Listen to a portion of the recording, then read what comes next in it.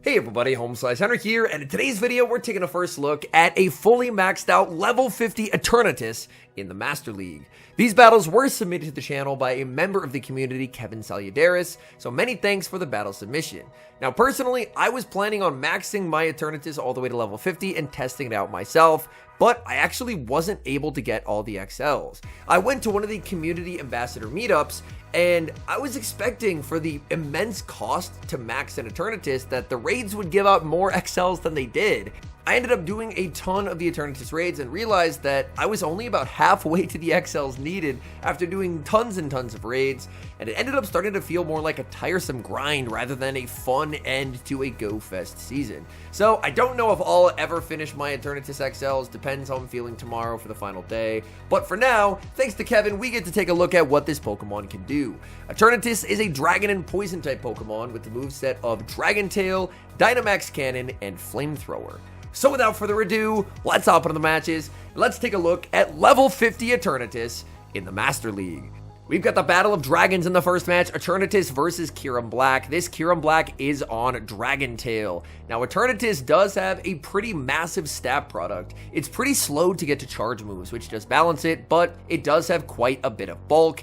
Kyurem tries for a full farm down, but Eternatus forces the simul KO, and that's devastating for the opponent as they lose a ton of energy. In comes Rhyperior, going to be met with Lunala, and the opponent, being down a shield, is going to resign the match. Moving to the next match, there's a Dream Lead Eternatus into Water Urshifu. Opponent safe switches into Zacian. Zacian will now be swiftly answered with Lunala. Lunala does great into Zacian just because it has a massive pacing advantage. Zacian just simply cannot keep up in the 2-shield, so Lunala can always take this matchup very comfortably. I think the opponent is playing it correctly in terms of not shielding the first move, because the opponent knows the only way they're going to generate some kind of advantage is in the lower shielding scenarios. Here, Lunala gives up both shields in exchange for a massive farm down. The Water Urshifu is not really going to be able to do anything here either, so the opponent will bring in their final Pokemon, which is Kyurem. Kyurem will be baited with a Shadow Ball. They're going to put up the shield. Lunala able to make the Moonblast, and just like that, the opponent's final shield is put under threat. They will double shield. They get a big farm down with the Kyurem, and Kyurem's going to be answered with the Eternatus. There's a switch into the Dawn Wings as the opponent will fire off the Free Shock. Opponent undercharges that Free Shock. They're looking to rebank energy on the Kyurem. Kyurem banks a move. In comes Urshifu. Dawn Wings farming up, but unfortunately the Urshifu had residual energy. They had stayed in to start with before switching out. That energy catches the Dawn Wings off guard, and unfortunately that energy is lost. Now we have Eternatus farming up as much energy as it possibly can. Eternatus will be hit with the Dynamic Punch. That's going to be resisted. Eternatus gets the full farm down, exiting with the back-to-back Dynamax Cannon, and that's going to be all she wrote for Kyurem Black. Kyurem Black won't even survive the first Dynamax Cannon, and that's a good game. We move to the next game, leading Eternatus into Zacian. That is a terrible lead. Quick switch out into Lunala. Opponent not going to counter switch. They stay in with the Zacian. That allows Lunala to fire off the Shadow Ball instantly, and very importantly, get the turn back that it lost by switching. The Shadow Ball lands, opponent will fire off the Behemoth Blade, and then they will look to pivot out of here. There's the Behemoth Blade, there's the pivot into Ho-Oh. Ho-Oh obviously can absorb a Shadow Ball as needed. Oh my goodness, tries to CMP tie there, and an entire Incinerate goes through. Ho-Oh will put up the shield, now going to fire off energy since it has 100, and Sacred Fire will easily pick up the knockout. In comes Eternatus. Eternatus farming up these Dragon Tails, not dealing a massive amount of damage to the Ho-Oh. Ho-Oh will go for the Sacred Fire, fishing for a debuff that they will not get. Eternatus will fire off Dynamax Cannon at the Ho-Oh. Ho-Oh will no shield a Ho-Oh, trying to make one final move, but it cannot get there. And now it's all up to Dawn Wings. In the back is going to be Kyogre. Up energy, this favors the Dawn Wings. Dawn Wings going for a bit of a risky bait here with the Dark Pulse. Dark Pulse into Kyogre, does pull the final Protect shield, and now Dawn Wings just has to race to try and get to the Moongeist. The final shield will go up here as Kyogre will fire off the Surf. Quite a lot of damage has already landed on the Dawn Wings. Dawn Wings going to throw 4 Shadow Claws and the move. Moongeist will easily pick up the knockout, and now it's a race to the move. Zacian trying to get there, but it cannot. The Dark Pulse reached by the Dawn Wings is going to be enough, and the opponent realizes it, and they will concede the match. Nightmare lead in the next match, Eternatus into Shadow Rhyperior. Mud Slaps will hit for super effective damage, the safe switch into Lunala, and that's going to be met with Palkia.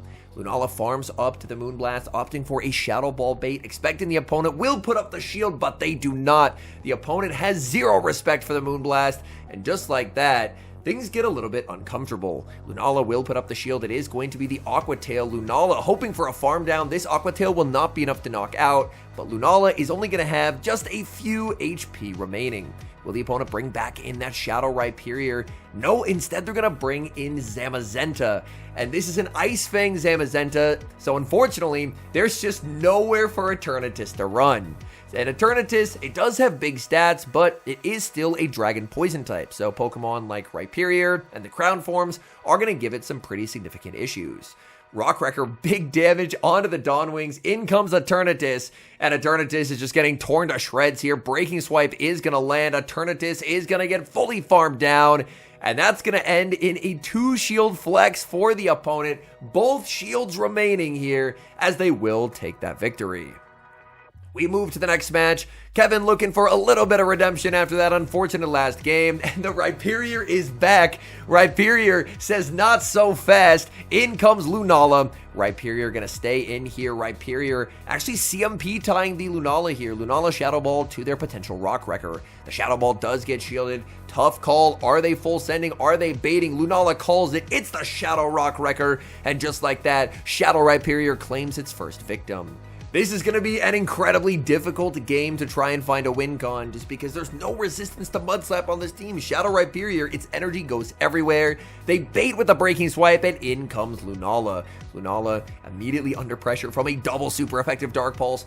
Dark Pulse is going to be shielded, and now in comes Eternatus. Eternatus would love nothing more than to try and go for a big farm down.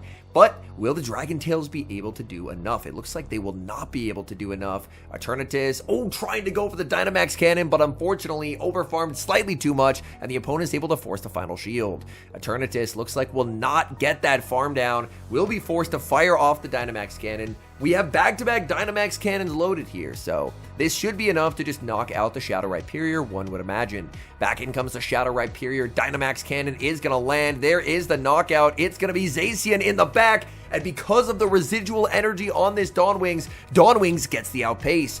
Moongeist, massive damage onto the Zacian. Zacian, I believe, is just too low at this point. Behemoth Blade KOs the Dawnwings. In comes Eternatus. Eternatus with the sliver of HP remaining. Triple resisted Dragon Tails down and takes the game. Amazing lead in the next match. Eternatus into Kyogre. Opponent safe switches into a Palkia, and Palkia is not appreciating these Dragon Tails. Dynamax Cannon will be shielded. This Palkia, my goodness, it looks like the Eternatus is actually out-damaging the Palkia. Eternatus with the no shield, calling that it's just going to be the Aqua Tail. They do get the farm down, but they pay a pretty heavy price. In comes Lunala. Lunala looking for the full farm down here, but unable to get it as Palkia will leave a parting gift, but it's only going to be an Aqua Tail. In comes Kyogre. Kyogre very happy to be freed from the clutches of Eternatus, but they're down energy and they're down a shield to Lunala. The reason why both bats, Lunala and Dawnwings, are so popular is because there's so few Pokemon in this meta that actually have a resistance to Ghost. So they end up feeling very neutral in a lot of matchups. Opponent is going to switch. It's Zacian revealed as the final Pokemon. Lunala Shadow Ball is going to connect, and now in comes Dawnwings. Dawnwings should be able to Shadow Claw this into a range where Dark Pulse can knock out, or if Dawnwings really wants to, it can probably just farm all the way down. Zacian throws a close combat, and yeah, there's just no hope. They were just desperately trying to CMP tie to get any kind of damage, but Dawnwings was just never going to fall for that. Moongeist KOs Kyogre, and the winning ways for this team continue. Eternatus into Kyurem. This is probably an Ice Fang Kyurem because it is Kyurem White. It is going to be Ice Fang Kyurem White. Looks like Kyurem White is withstanding the damage slightly better than Kyurem Black did, or maybe that's just because it's Ice Fang compared to Dragon Tail. Kyurem White will fire off energy. Do we see the shield from Eternatus? No. Eternatus is going to no-shield the Fusion Flare, and instead just take the shield advantage because it knows its backline is so good with the shield advantage, but the Kyurem White refusing to get KO'd, making one final Fusion Flare to even the shield count. Opponent now sends in Dialga. Dialga, a Pokemon I haven't seen in the Master League in quite some time. Honestly, feels like a bit of an old friend. It is good to see Dialga in the Master League. Dialga will have to fire off energy or Lunala will get the Shadow Ball. Iron Head will not knock out here. Iron Head is going to land. There's the switch into Dawn Wings. In the back is Ho-Oh. Ho-Oh is one of the few Master League Pokemon that can actually survive a neutral Moongeist beam. But Dawn Wings getting aggressive here, going for the Dark Pulse bait into the Ho-Oh. The bait pays off. Ho-Oh gives up the shield, and now there's a 50-50 chance to get the Sacred Fire debuff. Sacred Fire will connect. No debuff comes through. That's what the opponent was hoping for. And now this is a full-powered Moongeist beam. All those Shadow Claws means that it will still survive, but not by much. In comes Dialga, quickly answered with the Shadow Ball from Lunala, and that's going to be game over here as down goes Dialga, and that's a win. So far, even though Eternatus is very slow, I'm seeing the value in it just purely off of its massive stats. I do think that it having, honestly, kind of mediocre pacing is probably for the best, because that way, it doesn't feel like it's a completely overtuned Pokemon or anything like that. As we get back into these battles, it is going to be Dawn Wings into the Eternatus. Eternatus will put up a shield, and unfortunately will end up shielding a Dark Pulse.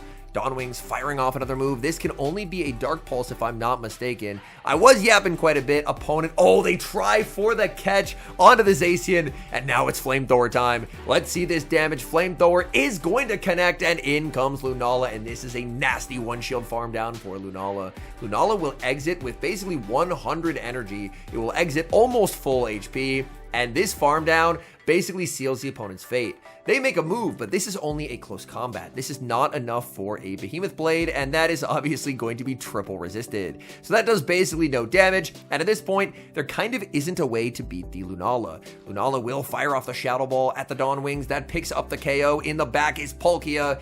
Palkia's up a shield, but it has to give the shield back instantly, and there's just too much for the Palkia to do as in comes Dawn Wings.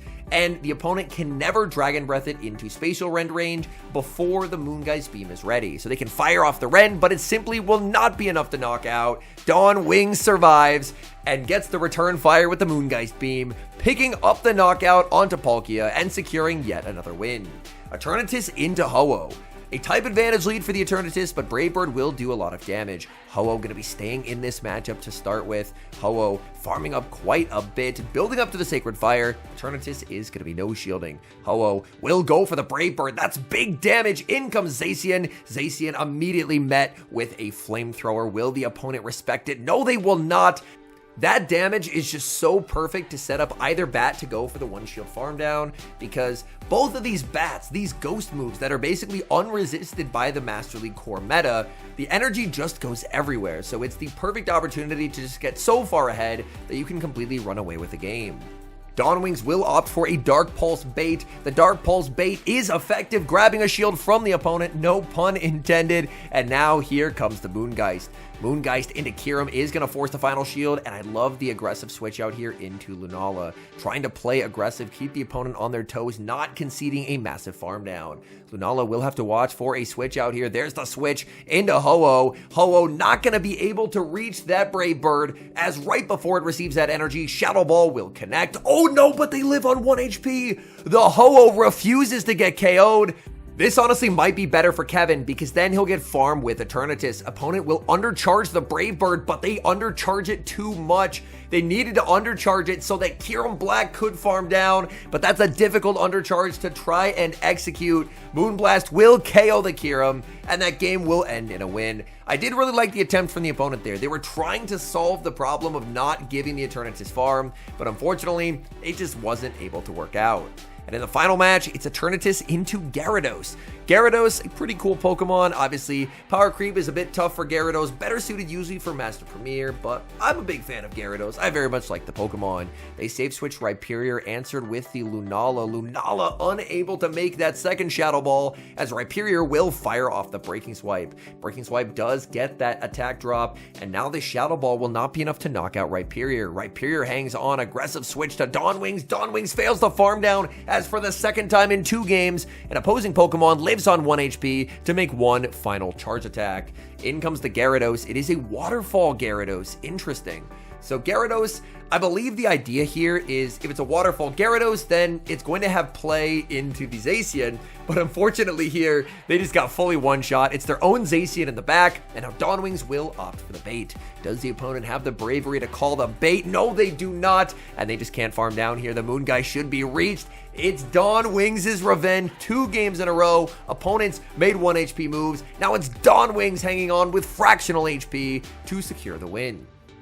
All in all, I think that Eternatus, its massive stat product is what carries it in the Master League. I don't think its moveset is particularly impressive, but being close to 10k stat product means that it's able to take hits, which is a very valuable thing. I do think overall that having the poison typing hurts it more than it helps it in the Master League with Pokemon like Rhyperior being as strong as they are. That means that, unfortunately, against probably one of the Master League's best Pokemon, you're going to struggle quite a bit, as Pokemon like Rhyperior and the Crown forms, you don't really have a way to get through those Pokemon. You obviously have Flamethrower as coverage, but if the Crown form is full health, it can tank the Flamethrower very comfortably, and then you're stuck dealing triple resisted Dragon Tail damage to a Zacian, which is obviously a great spot to be as the Zacian player. So overall, I do think it's a very solid Master League Mon. I don't think it's a must-have Pokemon by any means. Obviously, it has very nice stats, but its moveset and typing are not amazing for the current Master League meta. I do think that when it comes to the Master League, if I'm trying to think about what's probably the core meta, it is the Ghost Bats, which obviously it has a neutral to somewhat favorable matchup into, and obviously with Dawnwings, it's very bait dependent. And then I think about Rhyperior and the Crown forms. So it's fine into the bats, but in Rhyperior and the Crown forms, it's at a pretty significant disadvantage. So I think it'll find a place in the Master League meta. I don't think it is a must-have Mon by any means. I think it's a very playable Master League Mon, and I do think it absolutely has its strengths. Like its ability to beat Dragon Tail Kyurem when Dragon Tail Kyurem went down a shield and it never shielded. That was a pretty convincing matchup. So I do think it's a strong pick, but the good news is, for those like me who maybe tried to play the event and realized that, okay, this is just way too much grind to try and max one out, I wouldn't call this a must-have Mon for the current Master League by any means. Anyways, thank you guys so much for watching. If you enjoy watching content like this, please do consider leaving a like on the video, and an extra special thank you to our channel members here on YouTube. The support you guys provide is just sincerely appreciated, so thank you guys oh so very much. And until next time, I've been HomeSliceHenry.